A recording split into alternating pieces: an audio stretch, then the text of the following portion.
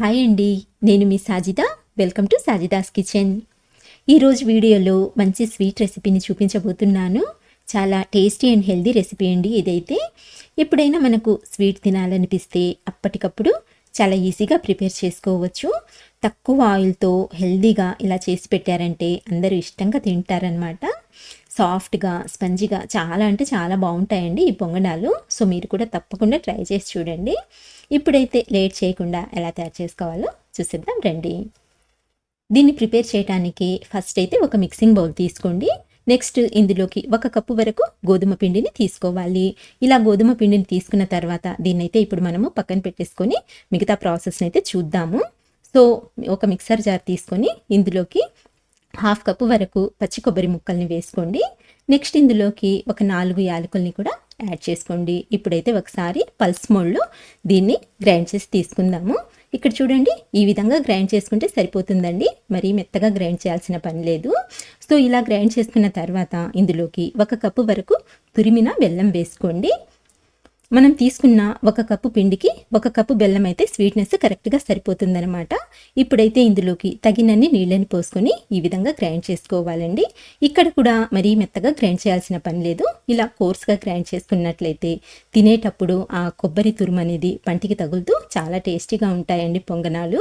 So ఇలా grind చేసుకున్న తర్వాత ఇప్పుడు మనం ఈ పేస్ట్ని ముందుగా తీసుకున్న ఈ గోధుమ పిండిలోకి యాడ్ చేసుకుందాము.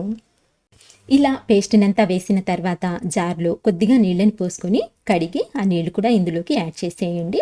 ఇప్పుడు ఇలా స్పూన్తో కానివ్వండి లేదా ఫోర్క్తో అయినా సరే ఇందులో ఉండలేమీ లేకుండా పిండి సాఫ్ట్గా అయ్యేంతవరకు చక్కగా కలుపుకోవాలన్నమాట. చూడండి, పిండి మనము కలుపుకునేసరికి కన్సిస్టెన్సీ అయితే ఇలా ఉంటుంది. అంటే కొంచెం టైట్గా ఉంది కదండి. సో ఇప్పుడు ఇందులోకి కొద్దిగా నీళ్ళనైతే యాడ్ చేసుకుందాము.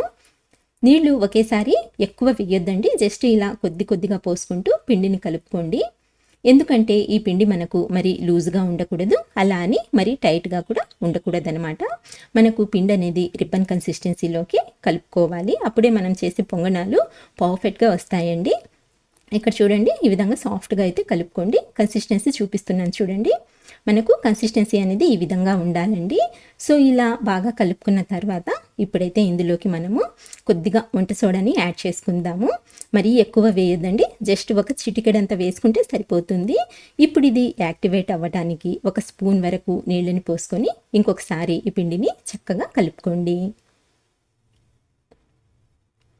మనకు ఇక్కడ బ్యాటర్ అయితే రెడీ అయిపోయిందండి. సో ఇలా బాగా కలుపుకున్న తర్వాత దీన్నైతే ఇప్పుడు మనము రెడీగా పక్కన పెట్టేసుకొని స్టవ్ ఆన్ చేసుకుందాము. స్టవ్ ఆన్ చేసి ఇలా పొంగనాల ప్యాన్ పెట్టుకొని ఇందులోకి కొద్దిగా నెయ్యిని యాడ్ చేసుకోండి. నెయ్యి కూడా ఎక్కువ వేయాల్సిన పని లేదండి, జస్ట్ ఇలా లైట్గా వేసుకుంటే సరిపోతుంది. ఇలా నెయ్యిని యాడ్ చేసుకున్న తర్వాత ఈ గుంతల్లోకి మనం ఇప్పుడు కొద్దిగా తెల్ల నువ్వుల్ని వేసుకుందాము. ఇలా ఈ గుంతల్లోకి కొద్దిగా తెల్ల నువ్వుల్ని యాడ్ చేసుకోండి. ఈ నువ్వులు అనేవి పూర్తిగా ఆప్షనల్ అండి, వేసుకోకపోయినా పర్వాలేదు. సో ఇలా నువ్వుల్ని యాడ్ చేసుకున్న తర్వాత మనం ముందుగా ప్రిపేర్ చేసి పెట్టుకున్న ఈ బ్యాటర్లో నుంచి ఇలా గుంతల్లోకి కొద్దిగా డ్రాప్ చేసుకోవాలన్నమాట. మరీ ఫుల్గా అయితే వేయొద్దండి, జస్ట్ కొంచెం లైట్గా గ్యాప్ ఉండేటట్టుగా చూసుకోండి. ఎందుకంటే ఇవి ఫ్రై అయ్యాక కొంచెం ఫ్లఫీగా అవుతాయన్నమాట. ఇక్కడ మీరు నెయ్యికి బదులు ఆయిల్ అయినా సరే యూస్ చేసుకోవచ్చండి. ఆయిల్తో ఫ్రై చేసుకున్న టేస్ట్ అనేది చాలా బాగుంటుంది. కాకపోతే ఇవి స్వీట్ పొంగనాలు కాబట్టి నేనైతే నెయ్యితో ప్రిపేర్ చేస్తున్నాను. ఇలా మనము పొంగనాలు వేసుకున్న తర్వాత పైన మూత పెట్టేసి లో ఫ్లేమ్ మీద ఒక 3 లేదా 4 నిమిషాల వరకు కుక్ చేసుకోవాలి. ఇలా 3-4 నిమిషాల వరకు కుక్ చేసుకున్నట్లయితే మనకు ఇవి చక్కగా ఫ్రై అయిపోతాయి అన్నమాట. ఇప్పుడు వీటిని ఇంకొక వైపుకి టర్న్ చేసుకుందాము. చూడండి ఎంత మంచి కలర్ వచ్చిందో. అలాగే వీటిని మీరు కావాలనుకుంటే డీప్ ఫ్రై అయినా సరే చేసుకోవచ్చండి. నేనైతే తక్కువ ఆయిల్తో అంటే తక్కువ నెయ్యితో ఇలా ఫ్రై చేస్తున్నాను. ఇలా పొంగనాల్లాగా వేసుకున్నా సరే ఇవి ఫ్లఫీగా అచ్చం మనకు కప్ కేక్స్ ఎలా అయితే ఉంటాయో సో అలా ఉంటుందన్నమాట. టేస్ట్ అయితే చాలా బాగుంటుందండి. ఇలా ఇంకొక వైపుకి టర్న్ చేసుకున్న తర్వాత ఇప్పుడు పైన మూత పెట్టాల్సిన పని లేదు.